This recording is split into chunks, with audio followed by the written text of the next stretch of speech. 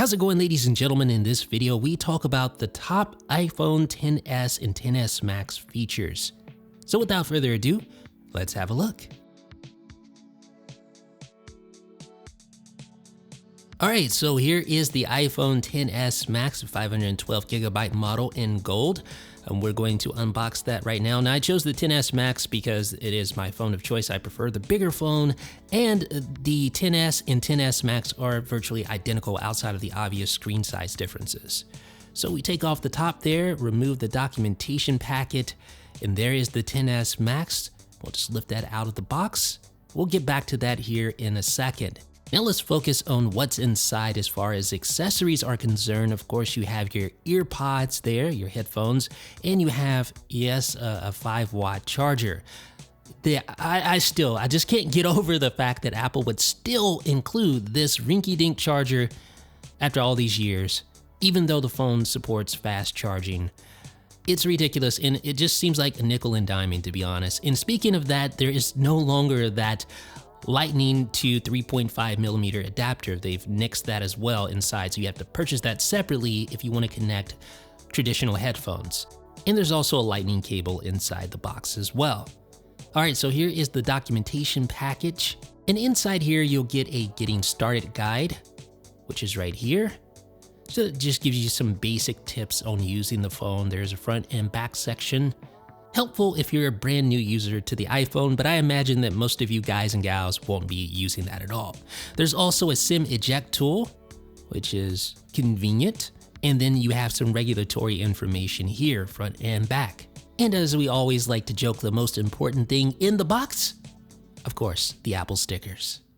Now let's talk about features. One of the biggest features is the fact that the iPhone XS and XS Max share the same exact internals. So you get the same processor, the same cameras. You no longer have to compromise if you prefer the smaller device. That's nice. Now, arguably the biggest new upgrade to this year's iPhones is the inclusion of this, the XS Max, with its massive 6.5-inch edge-to-edge display. It is a massive screen.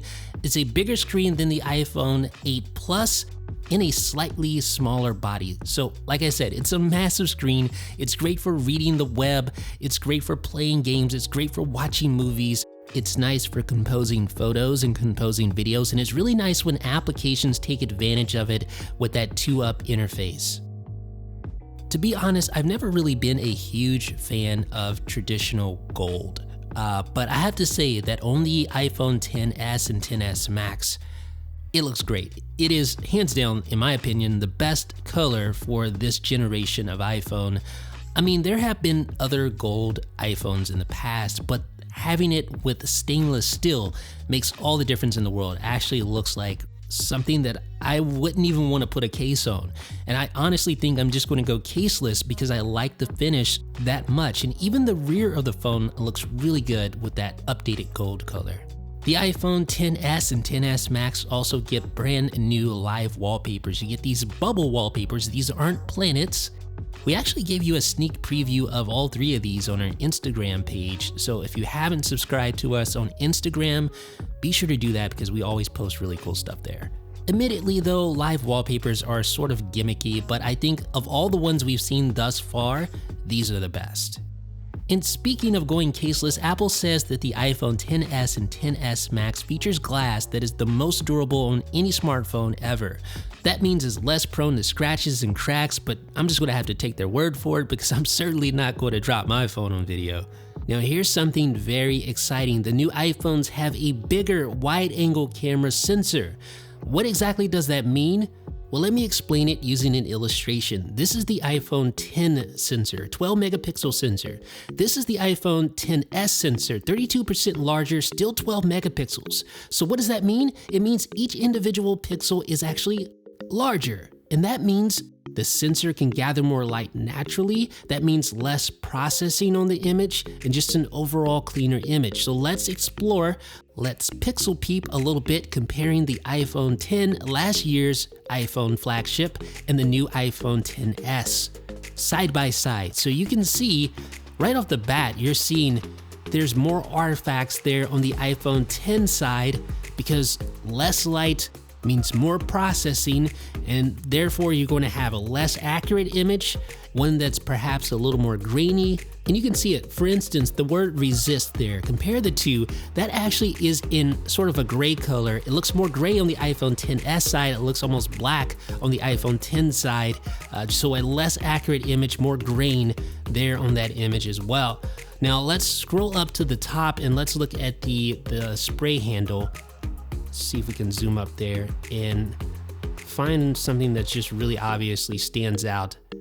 I think we found it right here. So you can see right there, see the line where the handle portion meets the body?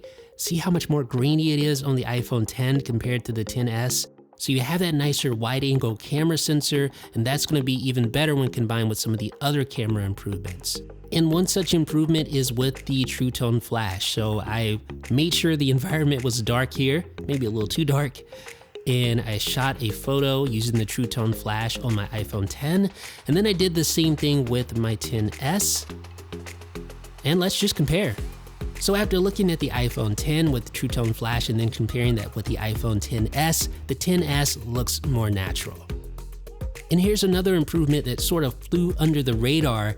You now have 1080p 60 frames per second shooting capability with the front-facing true depth camera. Now you need to have your camera set to 1080p 60 frames per second in the settings app. Now normally when you go into the settings app and change those settings, you're thinking with the rear-facing cameras in mind. You're not really thinking about that front-facing camera. But what's interesting about the iPhone XS is that while you have that HD 1080p capability on the rear-facing camera, if you switch over to the front-facing camera, now that same profile, 1080p 60 frames per second, as you can see, applies to the front-facing true depth camera now as well. Smart HDR. This is, in my opinion, the most exciting feature camera-wise on the iPhone XS. Now look at this particular setup here. I have a very bright object, the light there, and I also have a very dark object, the HomePod speaker. And when I expose for either one of those, I either blow out the highlights or lose important shadow detail. This is the iPhone X.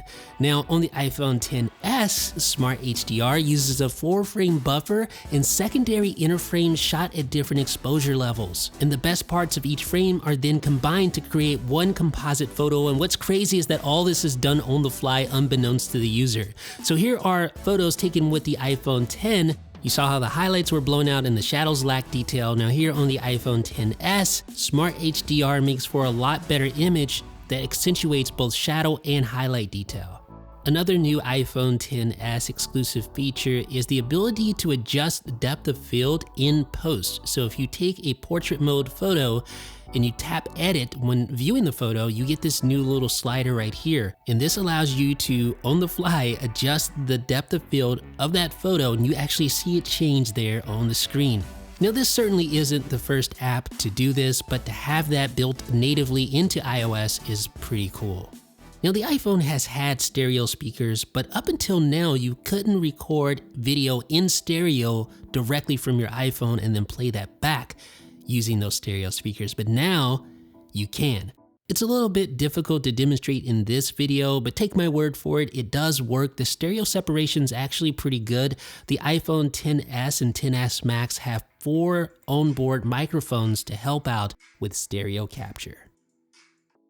And another new feature is extended dynamic range. You can find that if you go to the camera app and you select 30 frames per second for either 720p, 1080p, or 4K. You'll see this little option here, Auto Low Light FPS. What this does is it will automatically reduce the frame rate from 30 frames per second to 24 frames per second when encountering low light during video shooting. It does this dynamically on the fly, allowing for better low light videos. Thanks to an advanced secure enclave and better algorithms, the iPhone XS sports advanced Face ID, and that means Face ID unlocks faster. Notice the XS Max on the left? Unlocked before the 10. The 7nm A12 Bionic in the iPhone XS is a major new advancement for Apple chip design, but you'll have to look beyond pure speed because speed-wise, although faster than the A11, that's not what really stands out. For instance, here is a Geekbench comparison. The left side is the iPhone XS Max, the right side the iPhone X. Better performance with the XS Max for sure, however, it doesn't support the type of gains we've seen in the past from Apple hardware. What you'll want to focus on here is pretty much everything else. Graphics performance, that neural engine with 8 cores, the enhanced ISP, better power efficiency. Apple's chip design is already world-class. They've proven they can be the fastest. So what they did this time around was improve other areas like with photography and videography. Think about it. That neural engine combined with the image signal processor updates allows for things like smart HDR, which changes the way you take photos, changes the way you compose photos for the better. And that's really just the tip of the iceberg. It's good to remember that it's not always about speed. I can remember a time when we were just thankful to have 2 GB of RAM in an iPad, but now we have 4 GB of RAM in an iPhone. That's nuts. But not just that, you now have the option of configuring a ridiculous amount of storage. Yes, 512 GB of internal storage on the iPhone X and XS Max. And there's improved water and dust resistance. The iPhone XS and XS Max are now IP68 certified. So that means submerging in up to 2 meters of water for up to 30 minutes. You probably still shouldn't do that, but an occasional accident, a dunk in the sink, accidentally dropping your phone in the toilet probably won't spell the end for the device. It's even better this time around. And if you're ever in a really dusty environment, it's also better at keeping dust out as well. Now this feature hasn't launched just yet, it should be coming in a later iOS update, but now there's an eSIM inside the iPhone X and XS along with the standard SIM. That means you can have up to 2 lines on the same phone, which is something I've been wanting for a very long time. So that means say you have a business phone and a home phone, now you can combine those on the same device.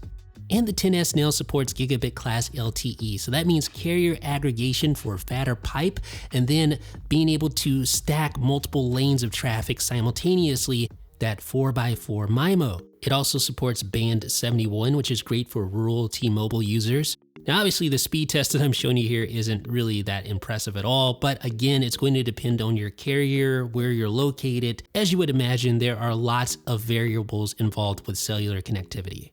Now, Apple touts faster wireless charging, but this doesn't appear to be any new technological upgrades. No, instead, it's the result of a tighter coil design inside the phone, which allows for better contact with the charger. And this was confirmed by Daring Fireball's John Gruber. Hey, I'll take any enhancement I can get.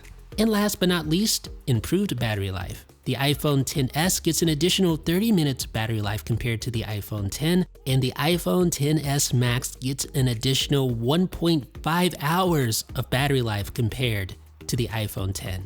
So ladies and gentlemen, that has been a look at the top iPhone XS Max and XS features. Which ones are your favorites? Let me know down below in the comment section, and thumbs up if you appreciate this video. This is Jeff with the 9 to 5 Mac.